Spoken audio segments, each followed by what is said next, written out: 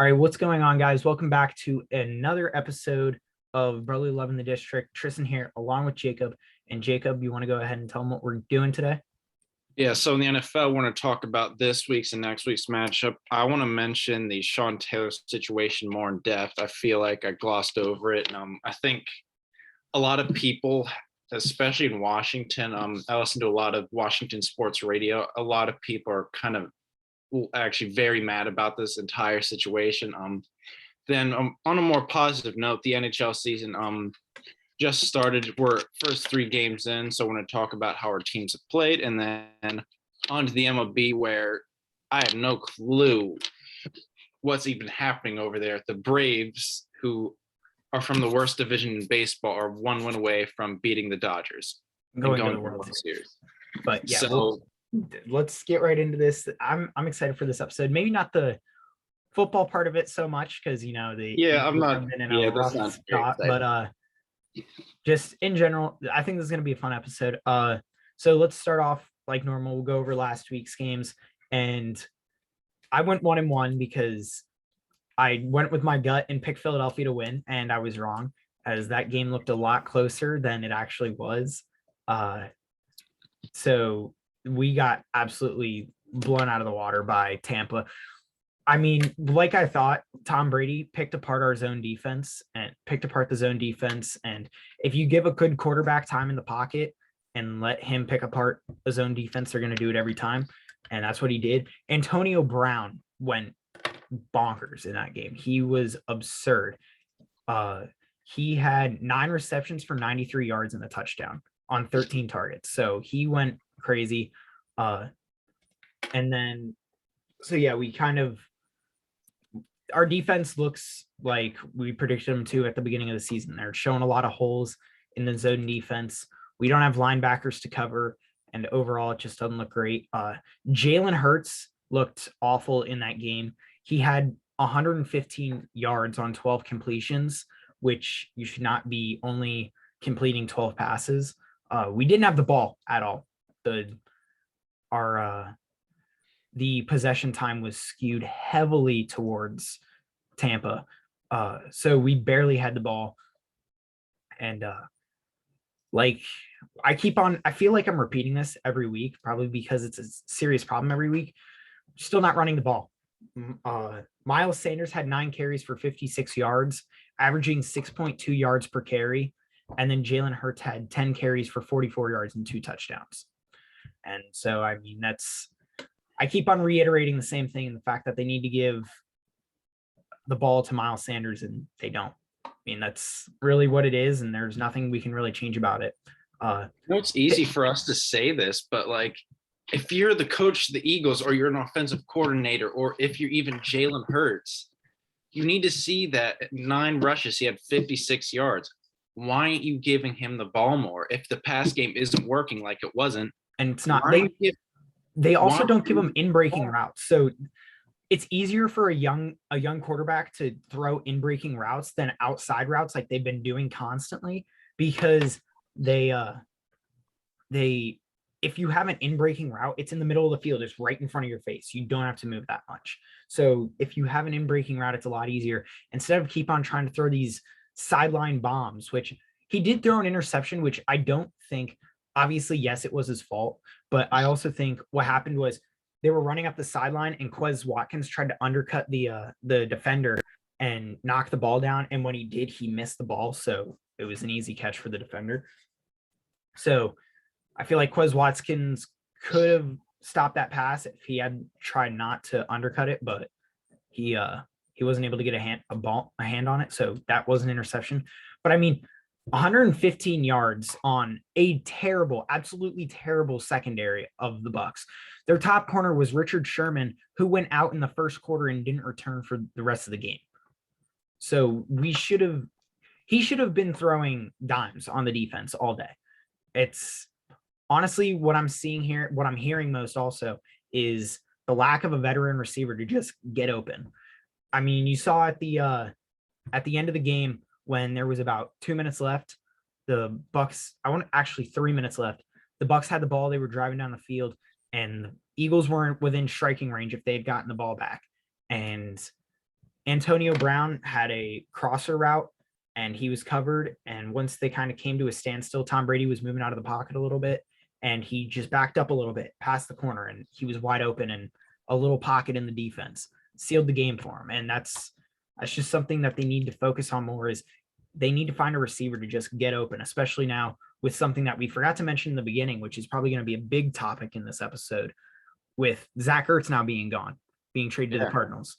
So I mean, they need to simplify the offense more is basically what they need to do from an outside standpoint. And we'll get more to that Ertz trade here in a little bit. We'll just finish up talking about this past week's games. But yeah, 6.2 yards per carry for Miles Sanders, and they don't give him the ball.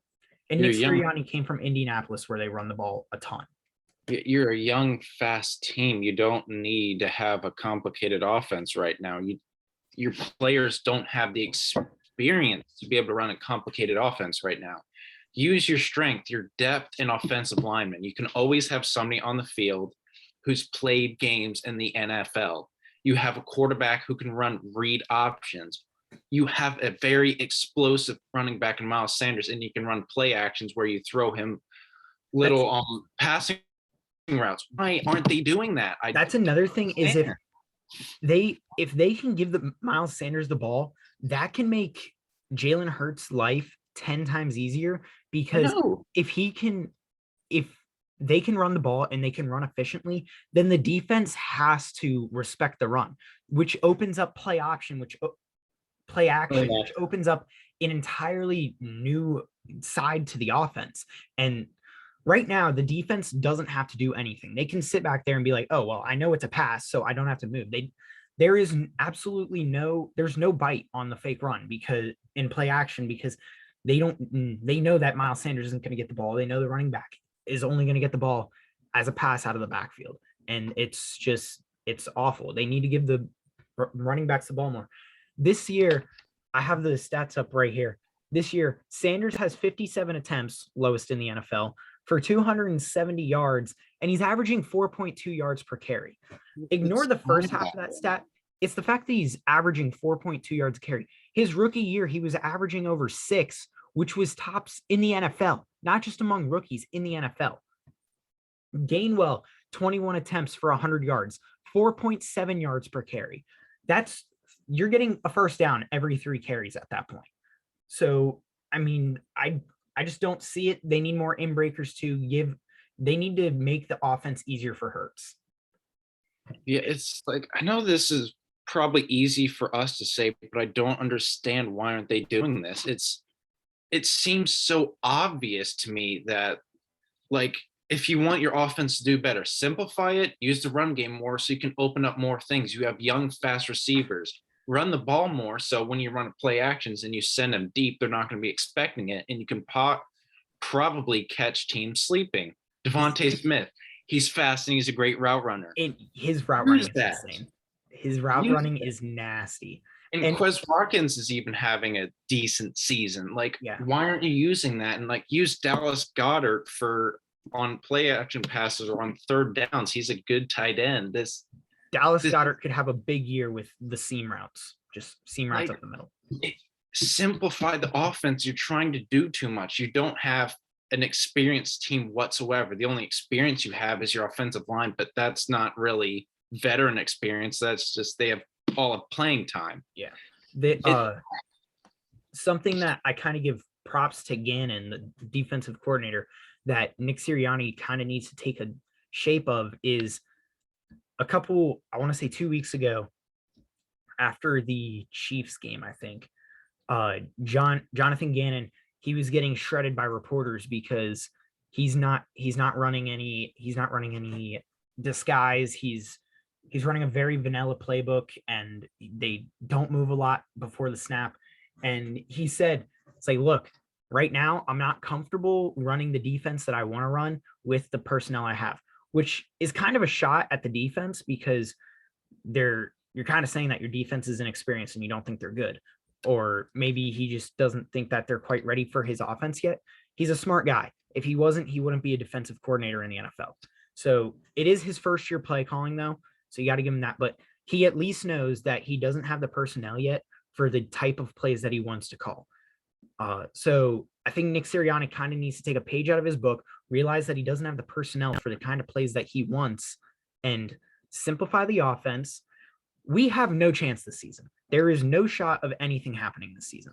This is the season where you step back and you let your players play, get some experience in the NFL, see what they're going up against. Since your most experienced receiver coming into this season had 82 catches in the league, who used to be a quarterback in college.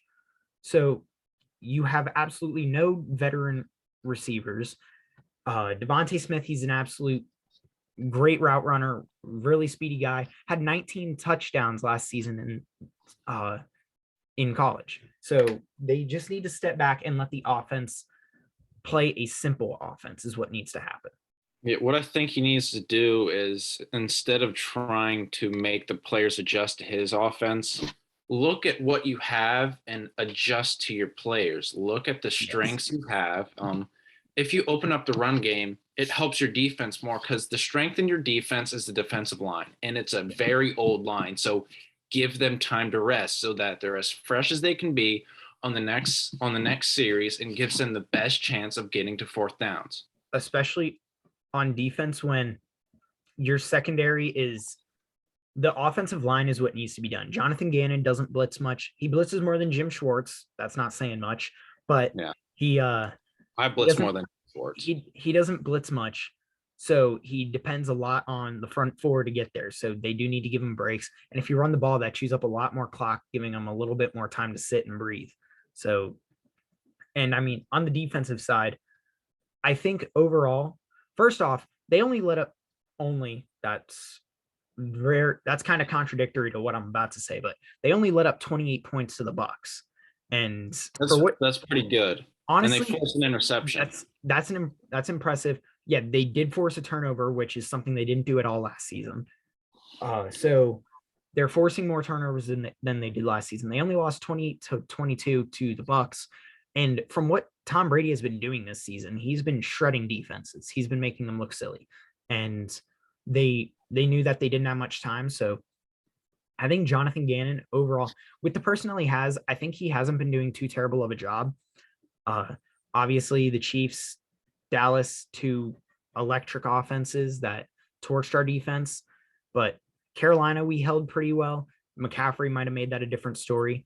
The 49ers, we held under a lot of, we held to 17 points, which is another pretty well built offense. So I think the defense is playing better than they actually would have. There still is a lot of holes that need to be patched, but Darius Slay and Stevie Nelson kind of work well on the outside. And Avonte Maddox is quietly having a good season in the slot. Yeah, it's just the play calling. It definitely shows that there's inexperience in your coaching staff. That's what it seems to me. It's not like you have one of the worst personnels in the league. You have strengths in areas that I don't think you're fully utilizing. Yeah, I think what needs to be done is take a step back, look, rethink your playbook, simplify the game. Go back to basics. That's what needs to be done. The greats like Vince Lombardi, he simplified the game. You probably won't win many games, but you weren't going to win many coming into the season to start with, which is everyone knew. I think Nick Sirianni's trying to fit too much to Philadelphia because Philadelphia is a hard market to play in. Yes. And that you can see some issues with that. Carson Wentz, as much as I love the play that he had here for a couple of years, he just couldn't handle the big market that is Philadelphia. I mean, it's a tough market to play in. Fans expect a lot from you really quickly. And so I think he's just trying to fit to Philadelphia too much and too quickly. I think Philly and New York are some of the hardest markets to play in. New York, because media is such a big presence there, they have lofty expectations. And with Philly, like your fans are like kind of quick to crucify. Like I know we don't talk about basketball, but Ben Simmons. Yeah. Before that game 7 where he passed up a dunk, I don't know if anybody saw it, but he passed up a wide open dunk. People were completely fine with his game. Now they want him out of there. So they can turn on a dime. He wants out of there. That's why he wants out of there too. He asked for a trade. he got suspended for the opening game of the season. He showed up to practice in sweatpants with a phone in his pocket. If you want to get traded, help your team increase your trade value. But yeah, and Joel Embiid was like, yeah, dude, I like don't care. whatever. He does what he does. Yeah, I don't care. I don't care. But yeah, I mean, it looked a lot closer than it was, but overall, the offense is showing that they can score points, and in my eyes, they're showing that they can score some points. Even in a complicated offense that doesn't really fit to them. Yeah. Let's move over to the Washington game. You guys played Kansas City. And this is such a frustrating game to watch because in the first half, I'm pretty sure it's 13-10 at half, or it was very close. We could have won that game. The game was a lot closer than the final score showed. It ended at 31-13, but going into the first half, there were so many opportunities that we just missed on. Our offense was not playing well. Our defense in the first half was playing very good. We had 2 turnovers. But then in the second half, we just, this defense, it's statistically, I think, second worst in the league. Like, and I think some categories were worse. I think in third downs were the worst in the league, but I'll double check on those. it was such a frustrating weekend because we had the Sean Taylor ceremony, and from what I heard from that, it was very rushed. It did not seem planned out, and Joe Gibbs couldn't even make it to the ceremony because he had a NASCAR race in Texas and it's the playoffs. Why isn't the team planning this more ahead? Like, they said it was the reason it was so lately announced is because it was meant to be a surprise for Sean Taylor's family. But I honestly think that's kind of BS. I think I hate that I believe this. That's not really something. It's continued. I think they're trying to kind of shift attention away from the emails and that whole report on our team because the Gruden emails came from the Washington team report. It came from that, and there isn't a full transcript or report of the investigation that's came out. And one thing that really made me mad was there's a video of Jackson Mahomes dancing on Patrick Mahomes' little brother. Yeah. For those who don't know. So there was 21 on the field. They painted it and they chained it off as kind of like a memorial that you're not supposed to step inside. This genius decided to step inside the chains and was dancing on the number. If I was one of the players, I would have clocked them. I legitimately would have clocked them. Did you see where he said that he was just pointed to go there and he had no idea? And I mean, if you're looking at a number that's changed up, first and foremost, you know that he's getting honored before anything else. Secondly, who doesn't know about Sean Taylor? Secondly, it's the number is chained off. Like, you know, he is a Washington legend. And the way that he lost his life was terrible. And you know that's just, it hurts even for Washington fans. Like, that's just something that's close to the heart. And he's just like, oh yeah, whatever. It's 1:30. My brother's playing. I should probably make a TikTok. Yeah. And I was listening to a lot of sports radios and they were talking about how disappointing the ceremony was. They were talking about how short it was. Like, there was fans on social media that were making lists of what they should have done that was exponentially better than what actually happened. For me, it shows that the team, they still haven't fully changed. They don't listen to the fans outside of the stadium. It just seems like they're trying to change by listening to people in the staff, which that's not going to happen. Like, the people who work there aren't going to tell you the brutal things that you need to hear in order to change. It's just very disappointing, and it shows for me, it seems like a lack of understanding of what he really meant to the franchise.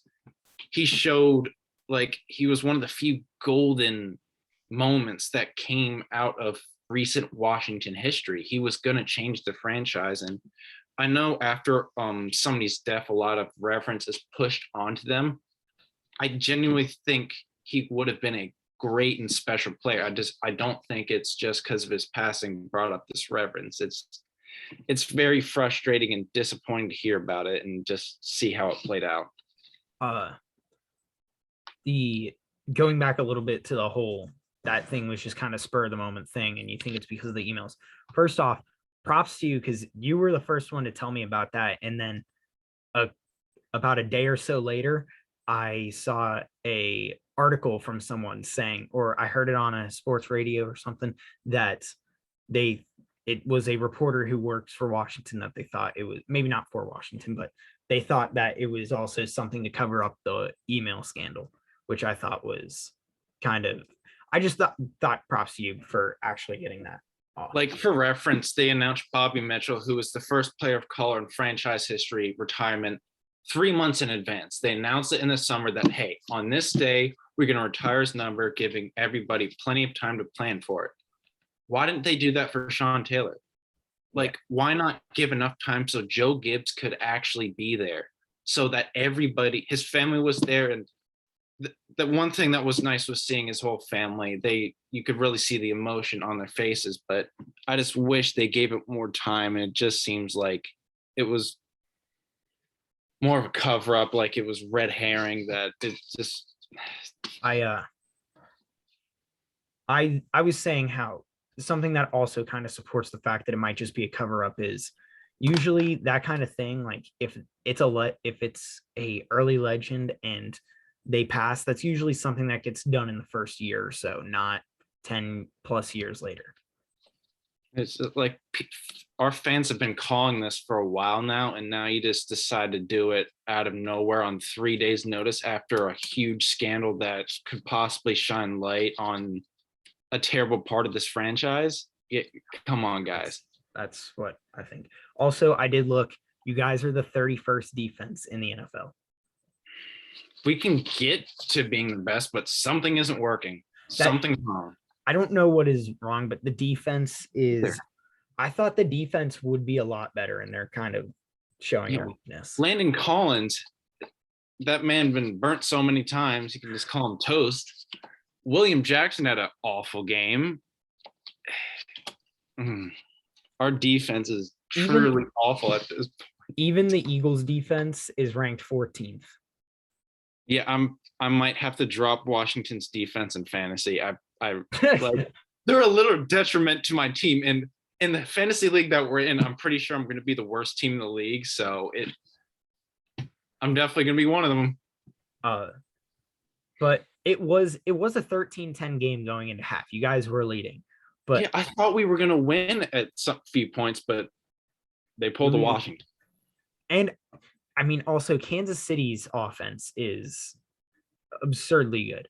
Patrick Mahomes. We were playing well against them in the first half. Patrick Mahomes obviously making $50 million a year for a reason. Besides that one interception he had where he's going down beside the ball, he should have taken the sack at that point. Yeah, stop playing hero ball at that moment. Yeah, there was no reason to do that. He still passed for 397 and 2 touchdowns. Oh gosh, and most of that was in the second half. Yeah, your secondary got shredded. Travis Kelce, 8 reception, 99 yards. Tyreek Hill, 9 receptions, 76 yards and a touchdown. Mecole Hardman, 4 receptions, 62 yards. Byron Pringle, 3 receptions, 55 yards. So yeah, the defense was not there. And our offense, we definitely miss Curtis Samuel and Logan Thomas. And now Antonio Gibson has a nagging shin injury that we don't know what it is. And a rumor has popped up, and I'm thankfully this was shot down, that Washington could be involved in the Deshaun Watson to Miami trade. And then Miami would send us Tua. And I know, like, maybe Heineke, people are starting to think he isn't the answer, but Tua, I know it can't get much worse, but I'm not entirely sure about that. But I think it was disproven.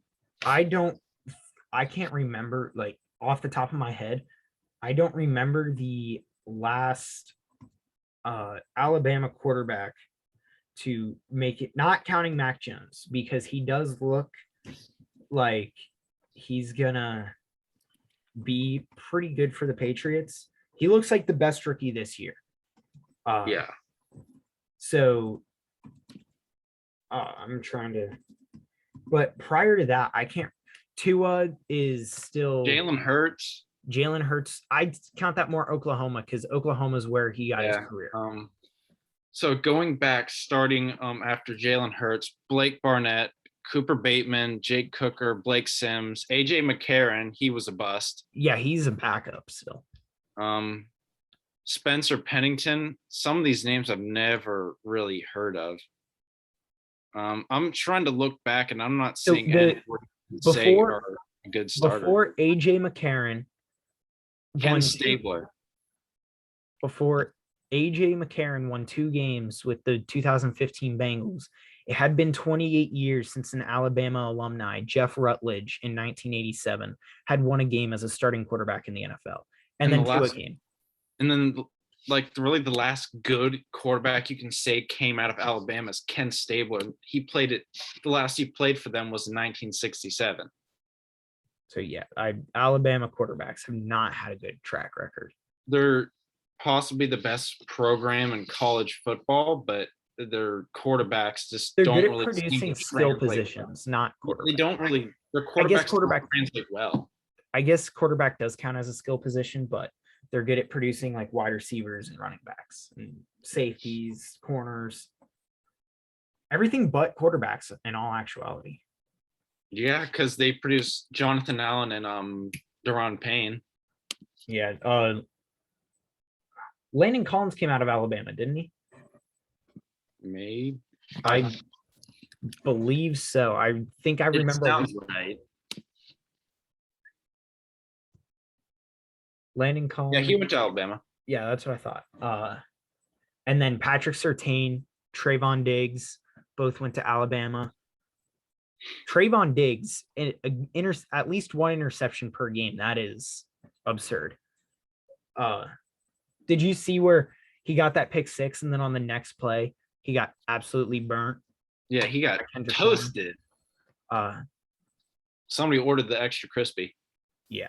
So I want to talk about the Zach Ertz trade.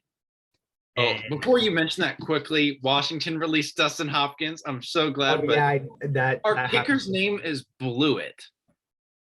That that's getting set up for so many jokes. It's Yes. going to be funny, and I'm going to have fun with it. But yeah, that's that's a not more unfortunate name. That is not going to be a great opportunity for you guys. He definitely didn't have fun in high school. Yeah. So Eagles traded Zach Ertz to the Cardinals for Tay Gowan and a 2022 5th round pick, I believe. I believe it was a 5th rounder. Tay Gowan is a rookie. He was drafted in the 5th round in this past season. And honestly, I'm okay with the trade. Yes, it hurts seeing Zach Ertz go, because I'd love to see Zach Ertz finish off as an Eagle, but I think he has a better chance of winning a Super Bowl in Carolina or Arizona than he does in Philly. Yeah. So overall, and I think this opens up the doors for Dallas Goedert, because Zach Ertz wasn't leading the Eagles in targets, but he was top 3 in targets on the team. So and it's just a good move to clear some cap. Yeah, and I'm hoping that it kind of opens up a area for Dallas Goedert to finally get some targets and maybe get some receptions and kick him off to this season, because he should be coming back this week off of the COVID list. Yeah, I think it's a good trade for both sides. Yeah, and I saw a picture where he was in practice and he's still wearing he's still wearing his Eagles bracelets. So, it's a place for him that will always be home. And so I would rather him finish off with a chance to win a Super Bowl than just, watch the season go to waste. Yeah. So overall, not a bad trade. It's more than I thought we would get, because I thought that maybe we'd get a 4th rounder if we were lucky. What I was thinking would be a 5th rounder overall, not a player and a 5th rounder. So yeah, we got more than I thought we would, which is good. But yeah, overall, I think a pretty decent trade overall. because Arizona's got a pretty good shot this year. They're the only undefeated team left in the league. Yeah, I think they could have a chance to make it to the bowl. They're not going to beat the Rams, though. Rams are going to the Super Bowl. So let's go into this week's upcoming games, and we will start off with the Washington game because we're gonna lose. Yeah, you guys are playing the Packers. Need to say more. The Packers are. Devontae Adams is gonna have another 200 reception or another 200 receiving yard game. Yeah, we're gonna lose 28-14 is my guess. We're gonna get 28-14. I would say Green Bay 31-17. That was a rough one. I was having trouble thinking of what was going to happen there. But yeah, Aaron Rodgers has, after that first week where he struggled, he has been doing so much better. He's going back to an MVP caliber quarterback, playing insane. Devontae Adams, arguably the best wide receiver in the league. I think he is the best receiver in the league all around. Tyreek Hill's a good speed guy, but Devontae Adams has everything. Aaron Jones is a great running back. In my opinion, maybe one of the more underrated running backs in the league. That offense is amazing. There's no words to describe how. Is there any question as to what's going to happen in that game? No. Yeah.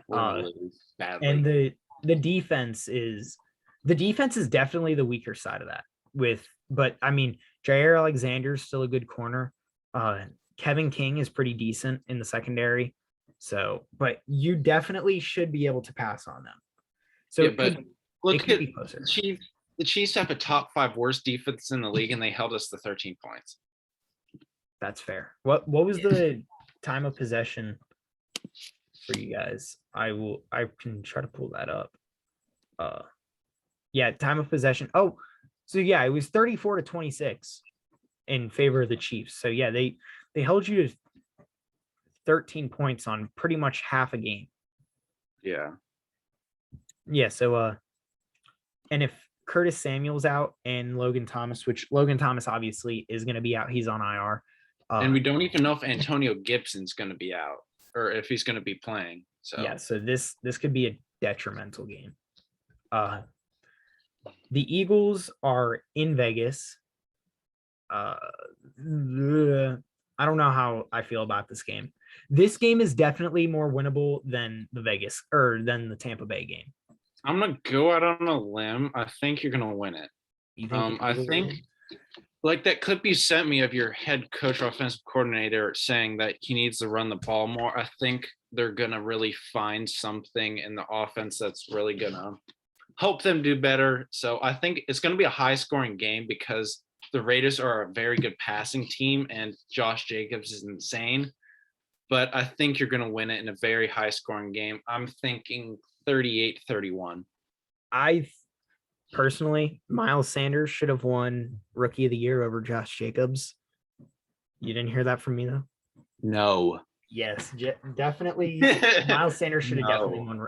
Miles Sanders had more all-purpose yards than Josh Jacobs in 4 less games in their rookie year. But why would Miles Sanders win? So I think it will be another high-scoring game because I think the Raiders will. I think Derek Carr will tear apart our defense. Derek Carr has found a whole new Derek Carr since. I picked him up in fantasy in both my leagues because I have Josh Allen in both leagues, so I needed quarterback.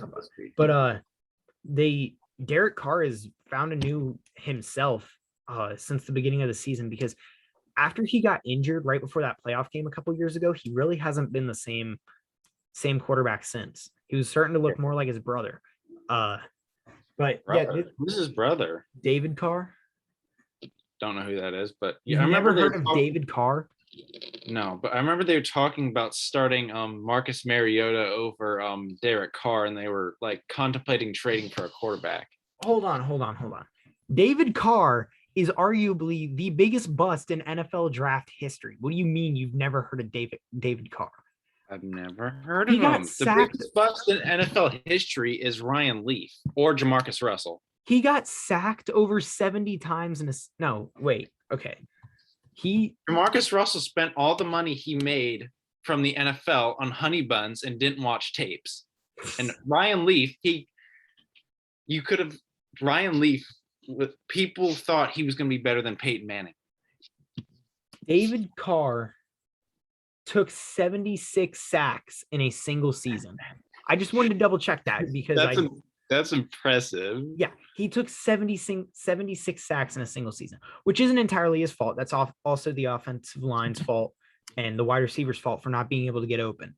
But he did throw for 3,000 yards a year or two. Jamarcus Russell, I'm pretty sure, only won one game in his career as a starter. I'm just saying he's arguably he's up there. He's definitely one of the biggest draft busts in NFL history. Yeah. I just can't believe you never heard of David Carr. Was the biggest. Yeah, I just can't believe you never heard of David Carr. But yeah, I think Derek Carr is looking better than he has since that injury he had right before the playoffs that one season where the Raiders lost in the first round because they didn't have Derek Carr. But yeah, their defense is ranked 16th. Their passing offense is 3rd in the league. So yeah, I mean, Henry Ruggs has been playing pretty well this year. He's fast. He is absurdly fast. So I think it's in Las Vegas too. So I think Las Vegas is going to win. I know that's kind of weird to hear me say that after I said we were going to beat Tampa last week. But yeah, little strange. I'll try to be a little bit more realistic this time, and I'm going to pick Vegas to win. That is weird to say. I'm going to pick them to win 38-35.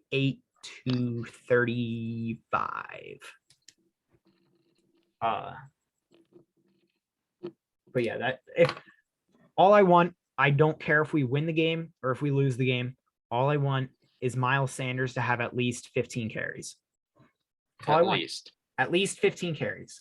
On the upside, 20 to 25 carries. But on the low side, at least 15. I'll even be happy with 12.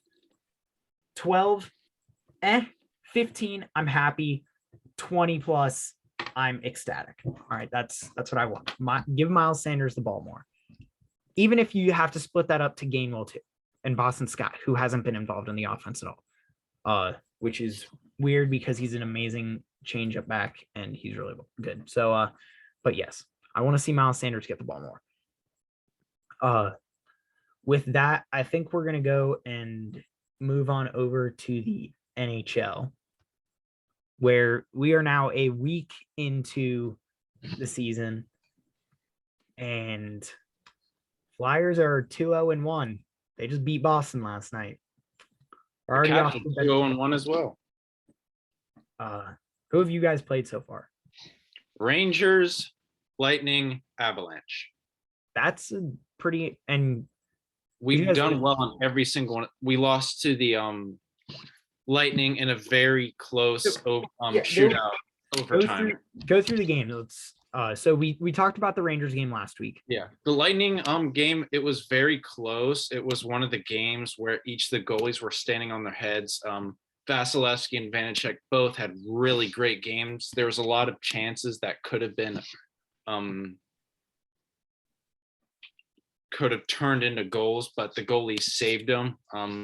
It was overtime loss. That it's a game that could have gone either way. I'm not too mad at it. They didn't look like they were running us out of the building or anything like that, or skating all over us.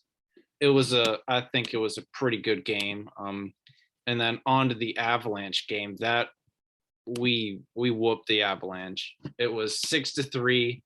Evgeny Kuznetsov looked better than he has in a while. He had 2 goals and an assist. I saw that. He was putting up points. Yeah, and Ovi had an empty netter. Yeah, if Kuzi can play like that, because I think he kind of realizes that this could be a career year for him, because I think he kind of realizes that a lot of fans, I was one of them, was calling for his departure from Washington. Yeah. And so I think he's kind of realizing that this is a very crucial year. So played really well. All right, on the Flyer side, we started the season on the Friday after or the Friday that we put out the last episode, and we lost to the Canucks in a shootout, which I'm not too terribly sad about. It was a good game. So we came out of the gates. They were skating out of their minds. The forecheck was on the Canucks super hard. We were causing all sort of problems on their defensive side, trying to break the puck out. Thatcher Demko was performing out of his mind, though. It was only a 1-0 game going into the second period.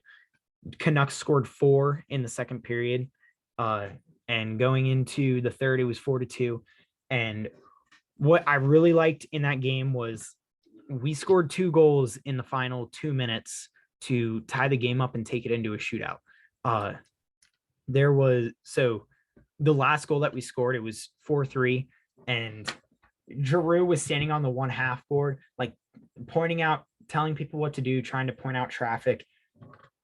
And Couturier banked a pass off the half board behind the net, right onto Giroux's tape, and he put it top shelf over Thatcher Demko to tie the game and take it into overtime. And I think the Canucks took us over in overtime. They had so much possession in overtime, and that really killed the offense. And they just capitalized in the shootout and made Hart look a little lost. Although it was the first game of the season, Canucks had played a game prior. I'm not too terribly sad about it. It was the first game. Second game, the Kraken came to Philadelphia. The return of Dave Haxtell, and absolutely abolished them, just 6-1. And what was impressive was their Nick Seeler. He's a rookie defenseman. He took on Jamie Alexiak. Jamie Alexiak is a 6'7", 250-pound freak of nature, and Nick Seeler took him on in a fight. Because Seattle, after we took about a 5-0 lead, the Kraken just wanted to fight everyone. So they were trying to get a couple of fights out of us, and Seeler stood toe to toe with Jamie Alexiak, which was impressive.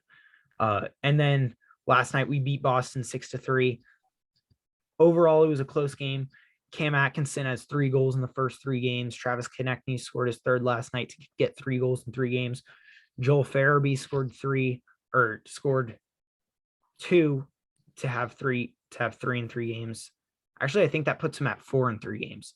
So overall, the offense is scoring a lot.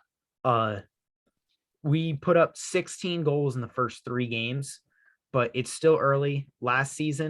Early in the season, they were performing super well like this, and they ended up dropping off in the season, which is what scares me. But I like the way our team has come together with the additions of Ryan Ellis, Rasmus Ristolainen, Cam Atkinson, and Joel Farabee, and Derek Brassard is an amazing line. That line is insane. They are putting up tons of points in the first couple of games.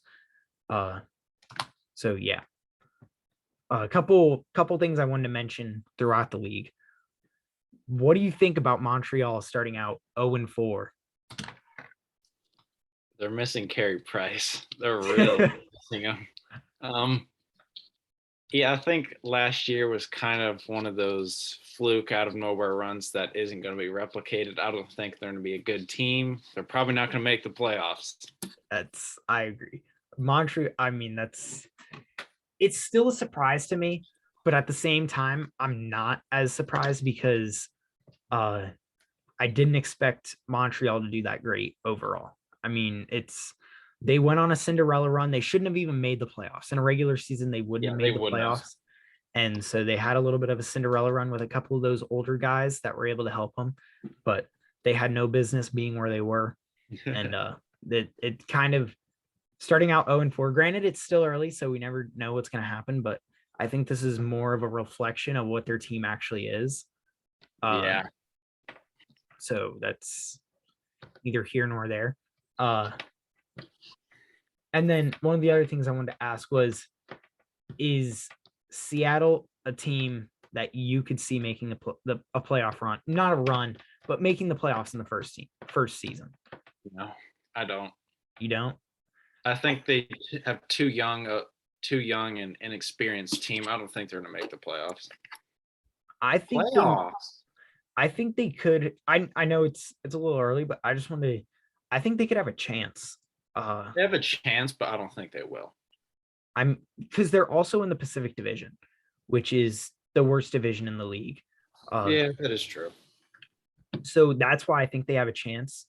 So you got Edmonton, San Jose, Anaheim, Vancouver, Seattle, Los Angeles, Vegas, and Calgary. So Vegas is obviously going to make it. They're going to be the number 1 seed. Second will probably be Edmonton. And third could be Seattle, Vancouver, or Calgary in my mind. Yeah. Because the Seattle has great goaltending. They have Philip Grubauer and they have Chris Driedger, who came from Florida, who actually had who took over for Bobrovsky last season and was playing really well in place of Bobrovsky, because we all know how Bob likes to play. For Philadelphia fans, at least, he's either standing on his head or he couldn't stop a beach ball from the blue line. So it's one or the other. And Chris Driedger took over for him in the last season, and they picked him up in the draft, and that was a really good pickup for them. The back end is kind of where I'm like, because they have Jamie Alexiak, who's big, but he doesn't skate well. Mark Giordano, who's older.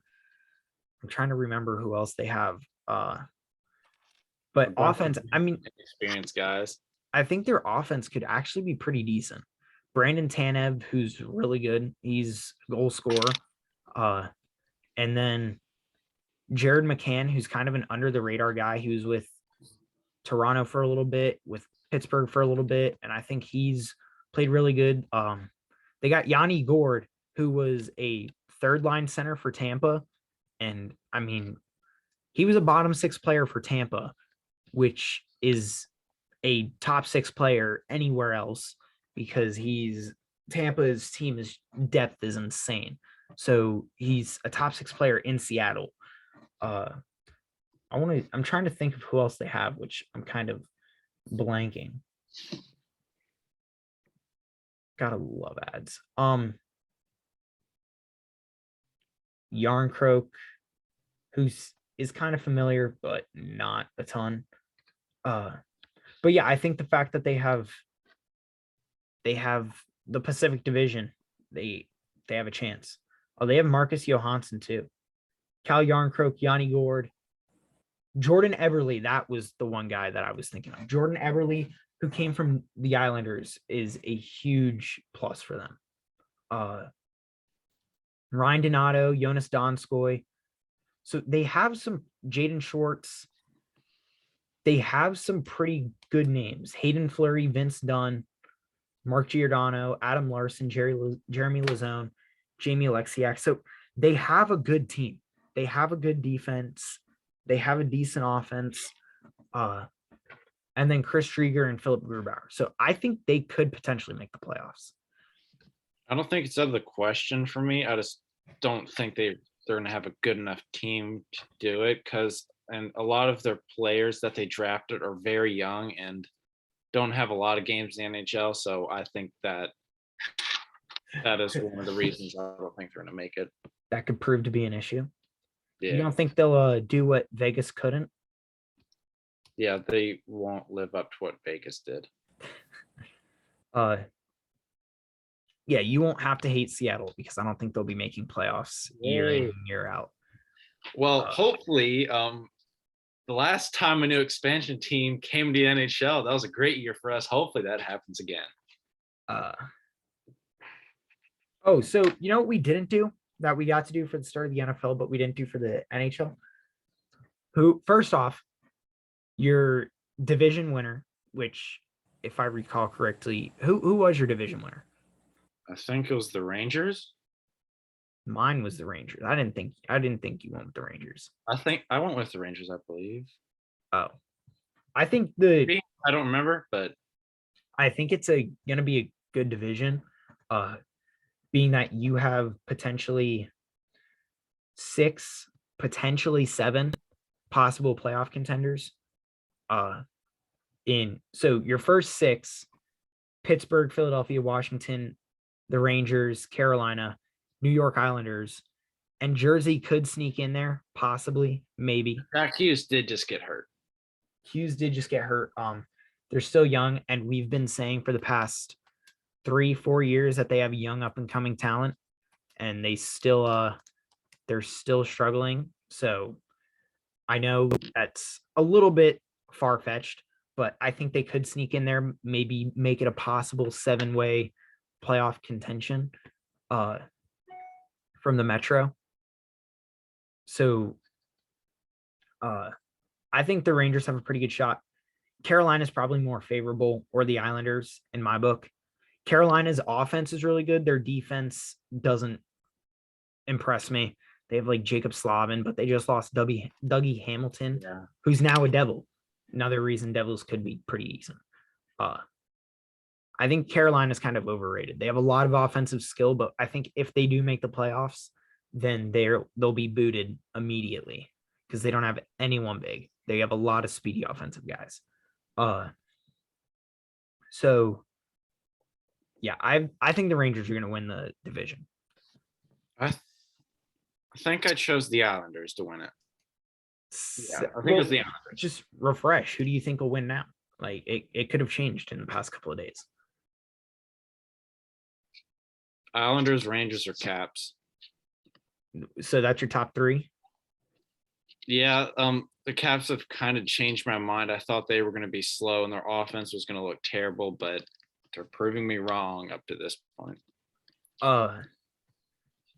My top 3 would be the Rangers, Flyers,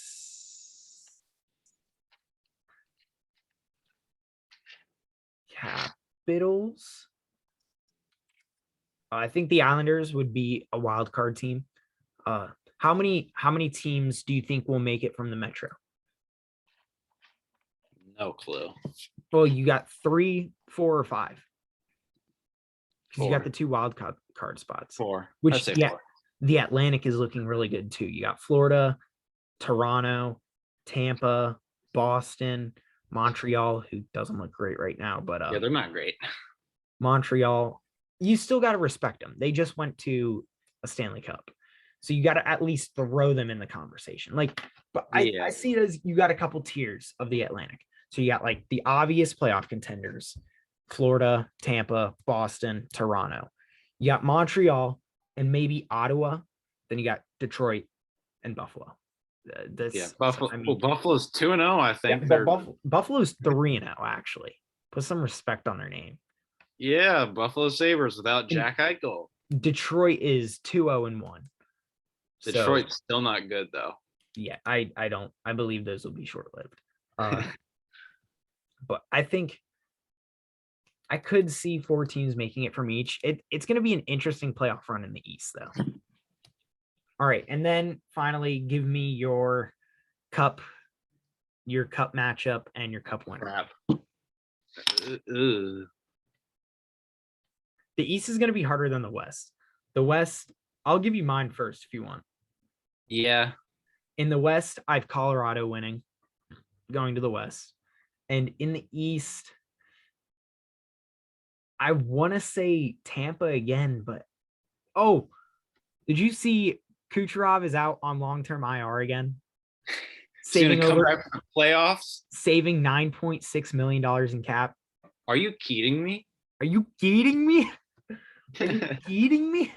Started acting like they won the cup. Are you kidding me? Are you kidding? Yeah, but Kucherov is out for saving $9.6 million in cap. Good old Lightning. They're probably going to introduce a rule against that. The NHL has got to look at that and say, that's kind of fish, don't you think? They got to look at that and go, are you kidding me? You think you would pull this off for a second year in a row? If they do, my gosh. I I I could see the Islanders going. I don't could want them see- to, but I don't think Carolina. Honestly, I could see Boston going, Tampa, maybe even Florida.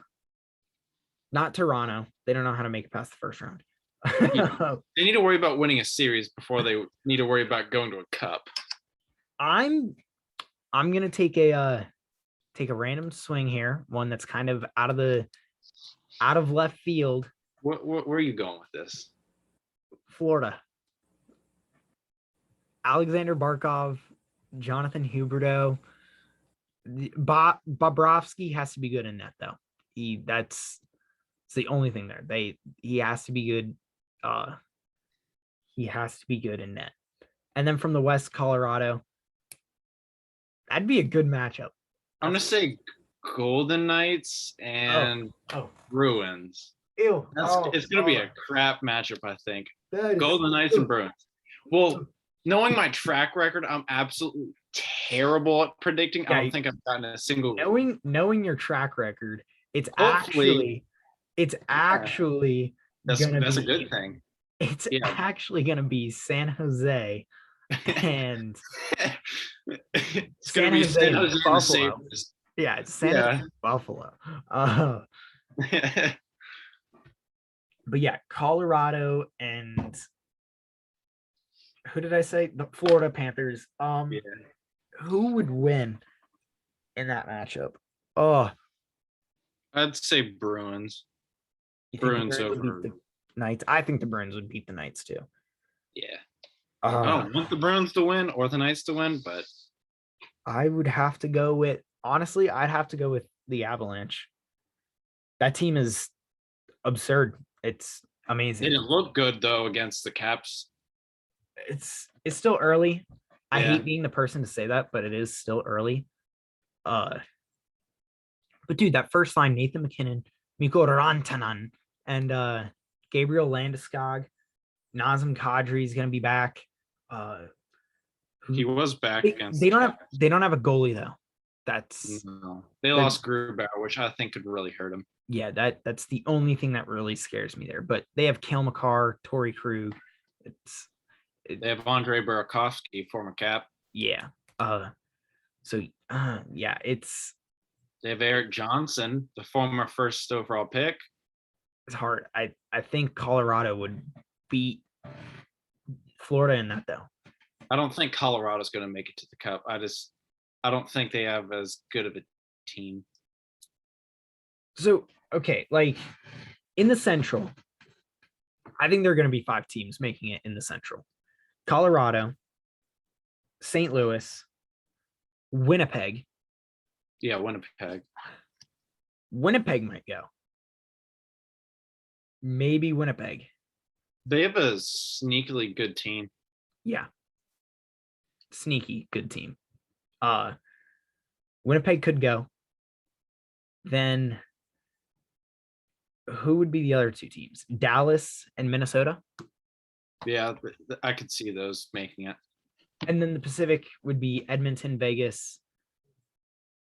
And then could be Seattle, could be Vancouver, could be Calgary. I mean, the Pacific's kind of wide open because of the fact that it's so bad. They're the NFC East and the NL NHL. East of the NHL.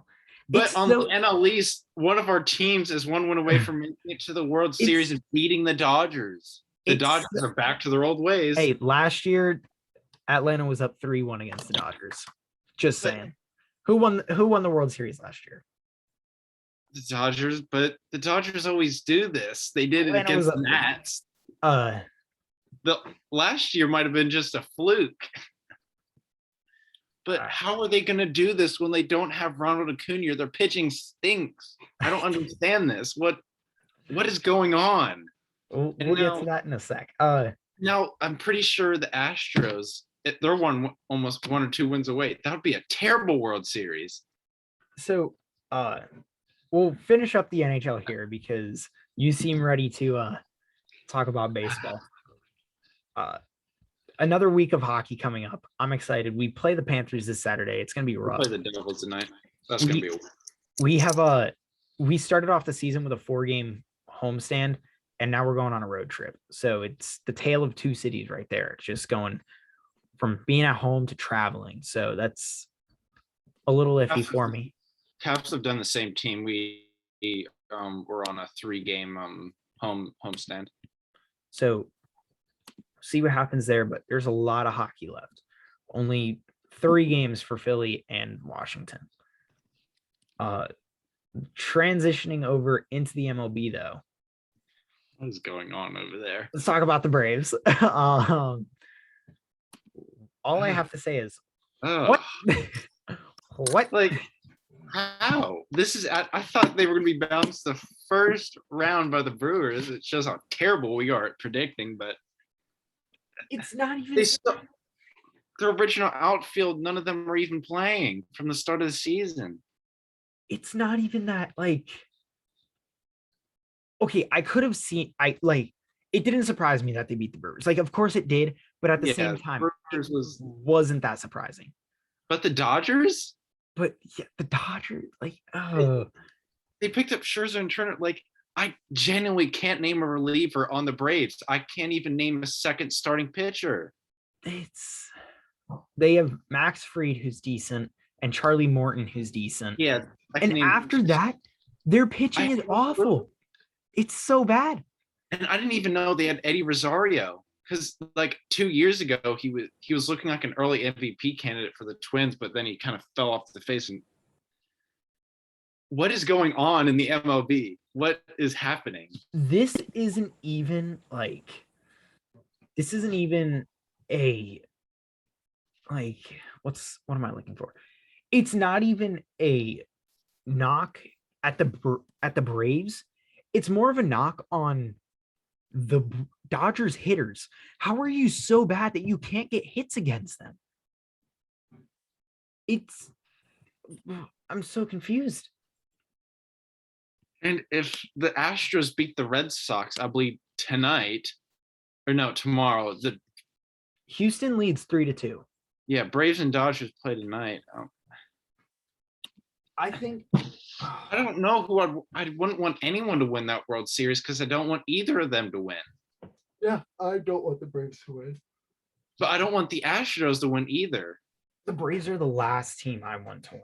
I'd rather the Astros beat the Braves though. I'd rather the Braves beat the Astros, mainly because I still don't like Altuve. I think Boston can come back from that though. I wouldn't want them to win either. I don't want any of these teams to win the World Series. Honestly, I'd prefer the Dodgers to win over any of them. Yeah, the only reason I would is because Scherzer and Turner. I would want a Dodgers. Honestly, I don't really care who comes out of the AL. The playoffs are whack. I have never. This is not what I would have imagined from the playoffs at all. I'm on a streak of terrible predicting. First off, my Stanley Cup, that went to crap. I don't even talk about my Washington record prediction. That the bracket I had them for the wins, that's completely wrong. And we didn't get a single playoff prediction for MLB. Yeah, not one. That was kind of sad. I mean, like this year's baseball predictions just have been insane. Like the playoffs have been like hockey. It's been so hard to predict. I honestly thought the Red Sox weren't even going to make the playoffs. Yeah, that AL East was supposed to be way closer. It was extremely close, but I thought out of Yankees, Blue Jays, Rays, and them, I thought they were going to be the worst out of those three, out of all 4 of them. Let's see. Revealed on 6 man. Where? Oh, that's Cleveland. Where's? Wait, so did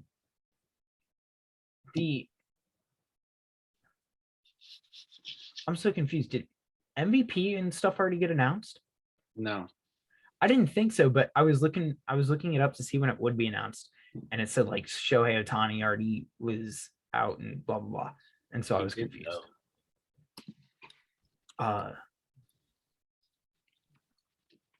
But yeah, back to the playoffs. The only thing I see that like holds out hope for me is the fact that uh the Dodgers had a 3-1 deficit last year to the Braves. And that's where I'm holding out hope, is that we get a repeat of history. Although the Braves are just, as much as I want to say, even if the Braves do win and go to the World Series, I want to say that whoever comes out of the AL will absolutely slap them, but I can't, because the Braves won the NL East with 88 wins. How are 88 they? wins. How are they about to go to a World Series? How are they 9 innings away from doing that? I didn't. What is going on? It is. This is such a crazy year for baseball because in the NL, every single MVP candidate. Oh, Sorry. wow. But yeah, I mean Sorry, random ad played. Yeah, but all the MVP candidates from the NL, none of their teams made the playoffs. The only team or MVP candidate whose team made the playoffs is Aaron Judge, but that was wild card. That's not technically the playoffs, and they lost. There has got to be a stat on that says. same with the okay, so with the Cy Young, it's kind of around there too, because well, Lance Lynn made it for the White Sox and Garrett Cole for the Yankees. They're both up for the Cy Young in the AL. And then the Dodgers have Max Scherzer and Walker Buehler. Oh, actually, there were a lot of playoff teams for the Cy Young. But yeah, I want to see when. Oh, we have to wait until November to find out actual winners. I'm looking on CBS Sports and it says like Soto as 3. Yeah, that's the one. That's the one I'm looking at right now. It's the individual like votes, but yeah, I'm so confused. I don't know what's going on. Why the Braves are winning. I mean, good for them. Honestly, they're representing the NL East better than the NL East could represent the NL East. Yeah.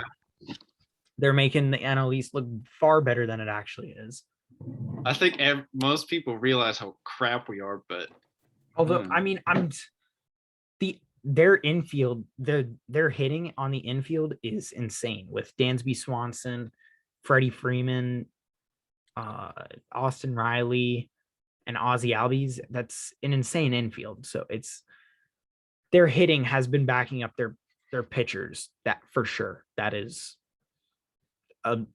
definitely top argument as to why they can win here, is because their hitting has been way better than their pitching has, and their pitching has been solid. Yeah, sometimes sports just throw you for a loop. This is one of those times. Yeah. But with that, we'll see if the Braves go to the World Series tonight. Yeah. What in the world? It's yeah. Once Acuna got hurt, I legitimately told Deborah, who's one of our friends who's a Braves fan, I said, you might as well just throw the season away. I actually said that. Yeah, Acuna I thought when Acuna was down, that was it. I thought the Mets had it locked, then DeGrom got hurt and they fell off a cliff. The NL East was a roller coaster ride. Not a really good one, though. Like a really crappy roller coaster that's broken and you're afraid is going to fall off the tracks. Yeah. With that, though, I think that is all I have. That's all I got. I'm lost for words. Wait, hang on. What is this I see real quick, actually?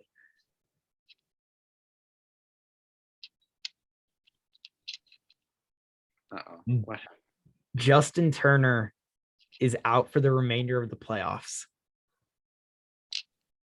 Yeah, he's out for one game because they're about to be eliminated. Maybe now. But yeah, he hurt his hamstring in game 4, and now he's out for the remainder of the playoffs. The one remaining game they're going to be playing. Jeez. This is wow. That's all I have to say about this is wow. So yeah, with that, I am that's all I got. I'm speechless right now with how the Braves are doing this, but they are. So yeah, that's all you got, Jacob. That's all I got. All right. Well, thank you guys for listening. We do this every week, so you can keep on coming back. Follow us on Spotify, Apple Podcasts, wherever you listen to your podcast. Give us a 5-star rating and a review on Apple Podcasts. You can follow our Instagram at BLN the DC, where we'll post clips of this for people to be, if you're interested. Then yeah, so follow our Instagram, BLN the DC. You can email us questions. You can also DM us questions on that Instagram. You can email us questions at blnthedc@gmail.com. And with that, we will see you guys next week. See you later.